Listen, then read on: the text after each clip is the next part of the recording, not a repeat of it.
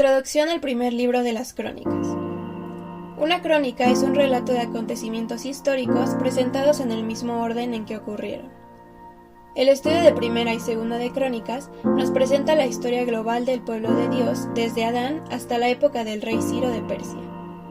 No se trata de una obra complementaria de las ya existentes, sino de una obra distinta, independiente y en cierto sentido paralela al Pentateuco y a la historia deuteronomista.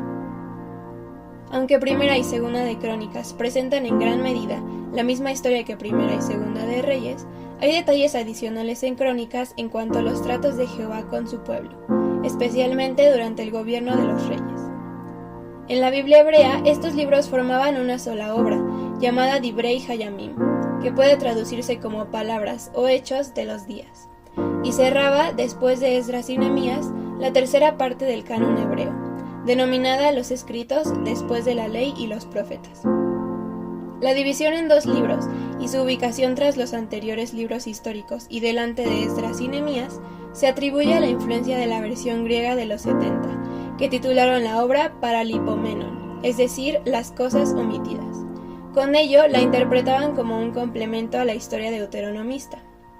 Posteriormente, el traductor de la Vulgata denominó a estos libros Crónica completa de la historia divina, de donde procede el nombre actual.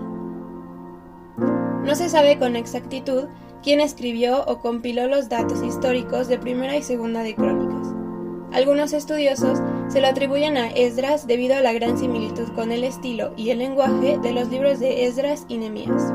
Otros dicen que era un sacerdote o un levita que trabajaba en el servicio del templo durante el período persa, y tenía entrenamiento como escriba y acceso a los registros del templo. Sin embargo, no ha sido posible establecerlo con certeza. Por otra parte, se desconoce cuándo y dónde se escribieron los libros de Primera y Segunda de Crónicas. Sin embargo, Segunda de Crónicas habla del decreto por el cual el rey Ciro de Persia permitió a los judíos regresar a Jerusalén. Esto indica que los libros de Crónicas, o por lo menos una parte de ellos, se compilaron en algún momento después del año 537 a.C., cuando el rey Ciro dictó este decreto.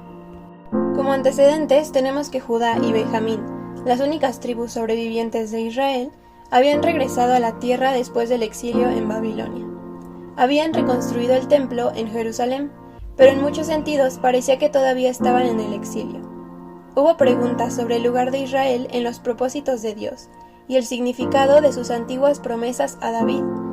Con tales preguntas en mente, el escritor redactó estos libros para promover la renovación espiritual y social.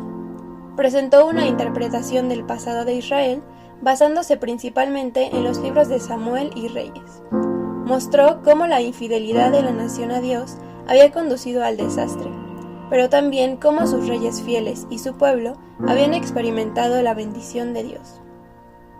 Los temas importantes que tocan estos libros de crónicas son, primeramente, el pacto de Dios con David, mediante el cual preservó a la nación y permitió a Salomón construir el templo. Otro tema importante es el templo, que ocupa un lugar central y preeminente en Crónicas. Y finalmente, el pueblo de Israel, respecto al cual el escritor buscó abordar algunas cuestiones urgentes de su época en relación con su identidad. Las genealogías de Israel con las que inicia Primera de Crónicas mencionan la ascendencia del pueblo hasta Adán, un recordatorio sorprendente de que Israel estaba en el centro del propósito de Dios desde el comienzo mismo de la creación.